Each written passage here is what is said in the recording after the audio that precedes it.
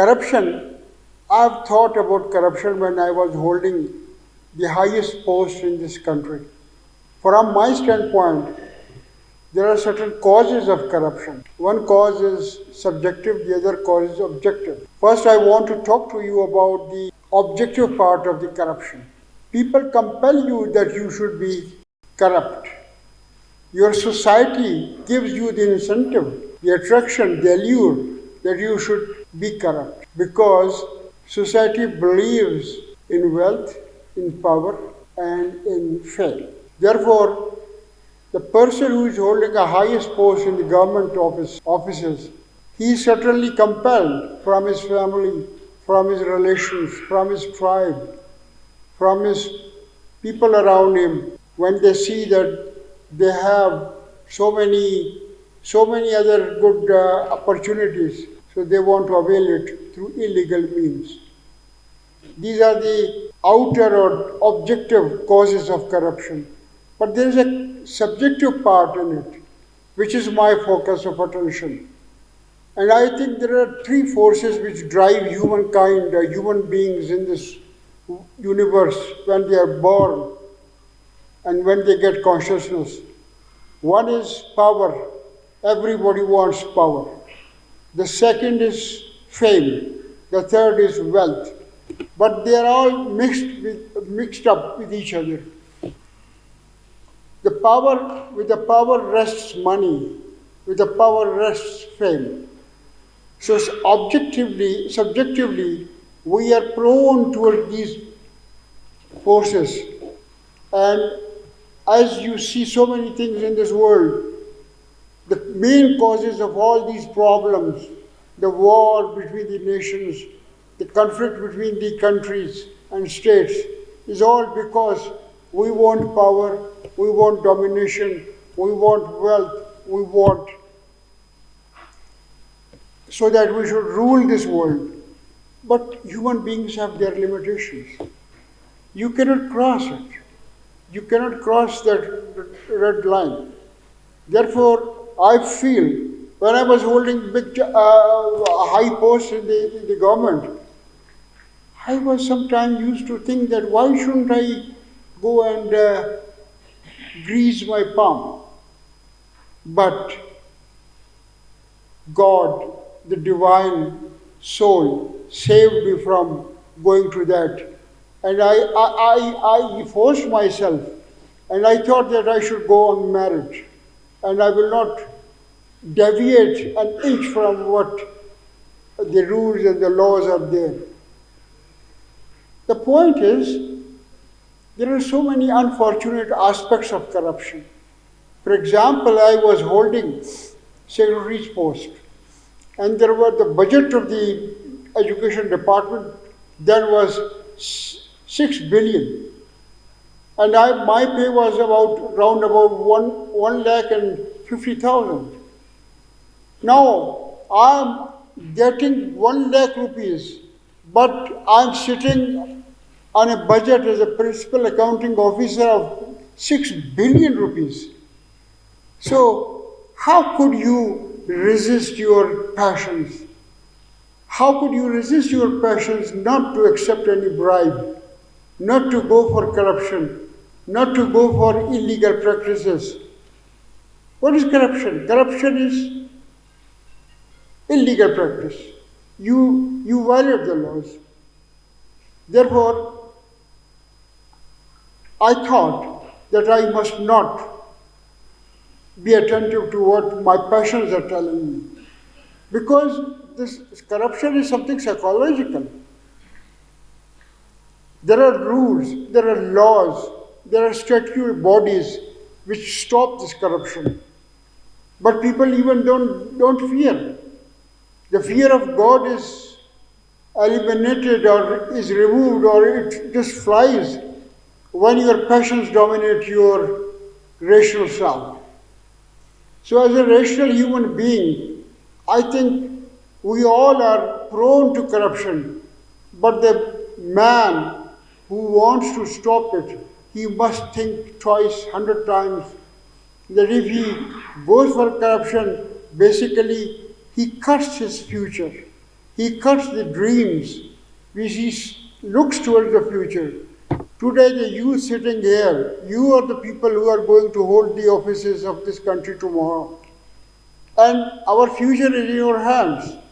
You are going to make a future. But please, please, read, observe, think. Think. Don't think about the laws first. Think about your own self, your subjectivity. Because all the evils start from your own self. All the good things start from your own self. Understand the psychology of corruption. The passions, the power, which compel you that you want to be corrupt. It is something psychological. Yes, there are laws. NAB is there. Anti-corruption is there. But people don't fear even those laws. Man is a great manipulator. Sorry to say, to tell the man means I am also the manipulator. Man manipulates things for his own objective purposes. He has got a brain power. He can make the black white and white black. There are so many other ways and means to violate those rules and laws which are there. For example, a government office has got some discretionary powers. Who has given them those discretionary powers to be corrupt? Statute doesn't allow them. There is no statute, there are no discretionary powers. But people justify their corruption. That sometimes they use that money which is meant for road construction and building, they use it for constructing their own schools. If that is the point, then the laws doesn't allow you for such a discretionary decisions. The fear is also important. The fear of God, the fear of NAB. The NAB has created problems also. Because bureaucrats who want to not to be corrupt, they want to be incorruptible. They don't carry out those projects further because where billions are involved and where NAB doubts your intentions.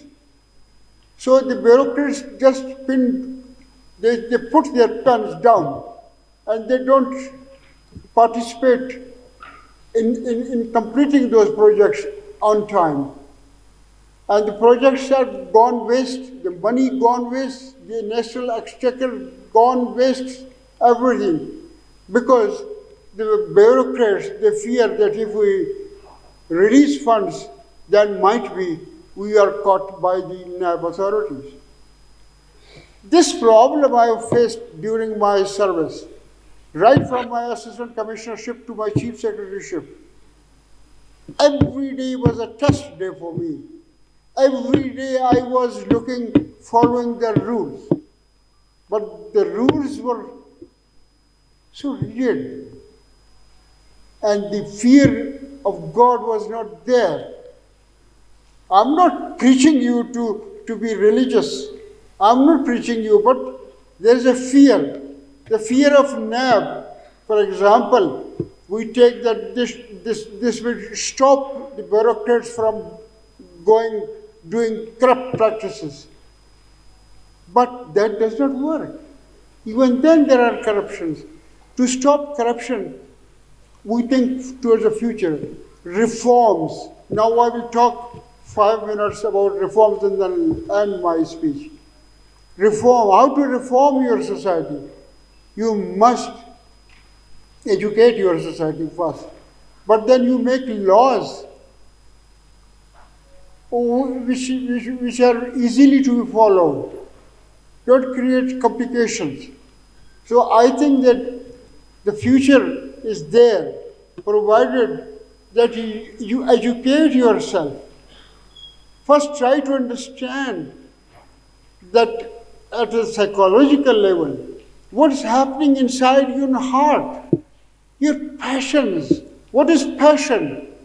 Passion is irrational desires. You have got a rational self. We all are rational beings, human beings. We rationalize things and then we act. But sometimes we don't pay attention to our rationality. We pay more attention to our passions. Passion is blind. Passion is something which you can't control. If you have control over your passions, then you are a man who can face the odds of this life. I think telling about my own experiences, believe you me, as I mentioned you before, everything was a test day for me.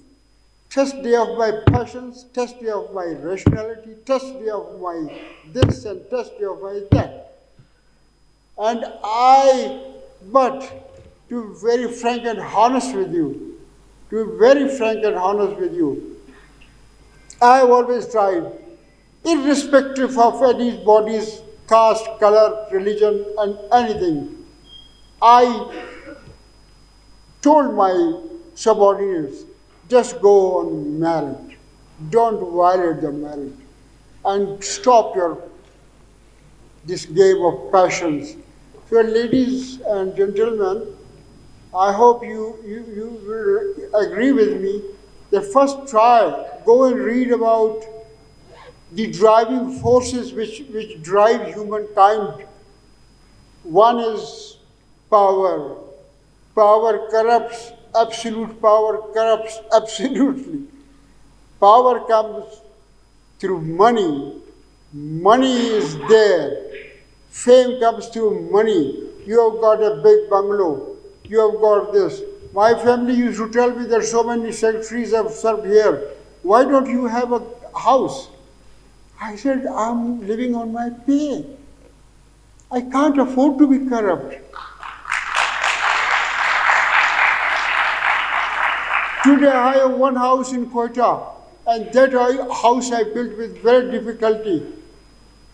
People have, my junior and senior, I don't name them, all respect to them. They have their bungalows in London.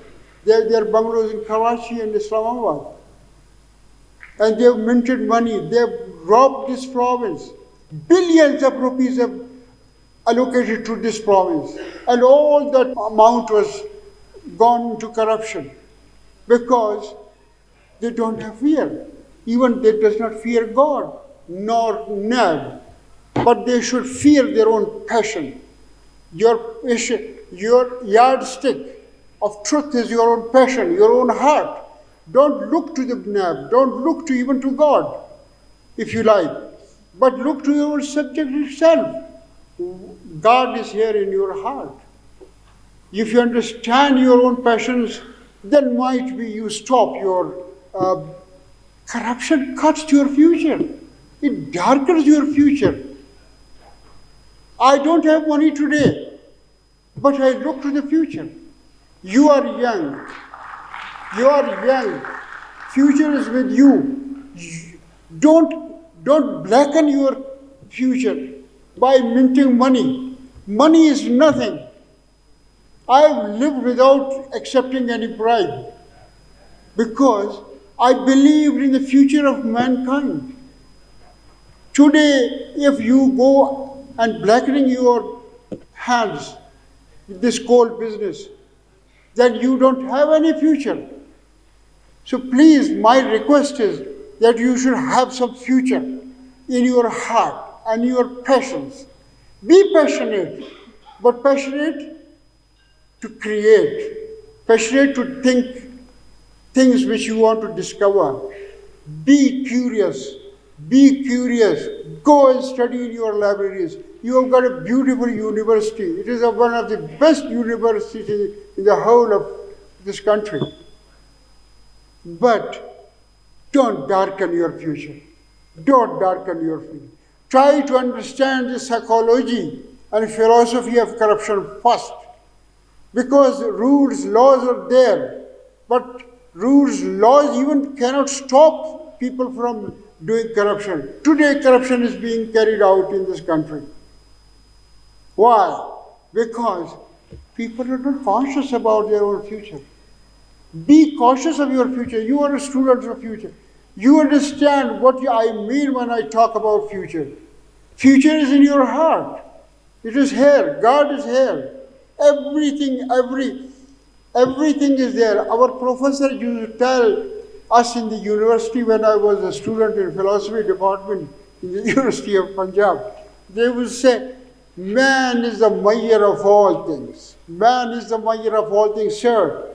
Ladies and gentlemen, I tell you that if you understand this fact, if you meditate on this point, if you go and study and observe your own life, then forget about the society.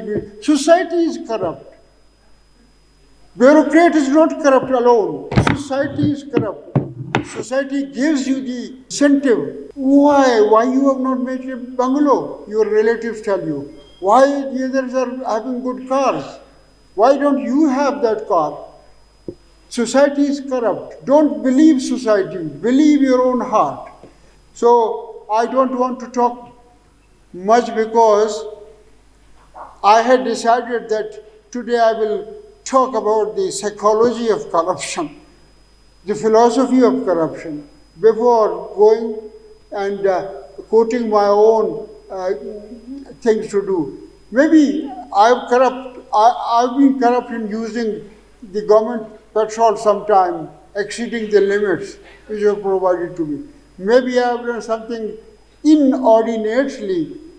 Might have done something wrong. But my intentions have always been there to control my passions, to control the sense of power, to control the fame. What is a fame? To be corrupt. A corrupt person cannot possess fame. So, ladies and gentlemen, I thank you all for giving me a patient hearing, and thank you very much.